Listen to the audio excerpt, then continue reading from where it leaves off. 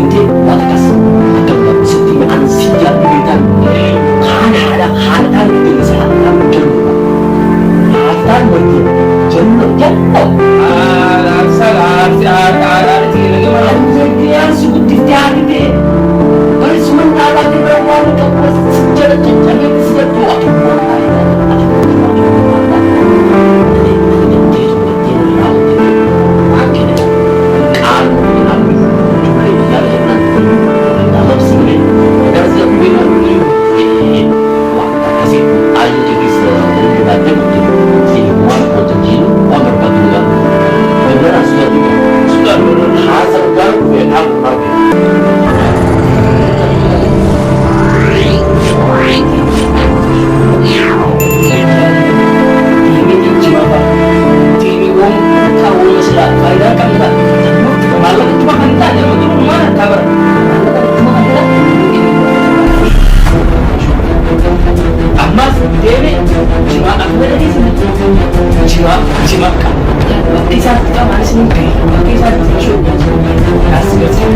Malay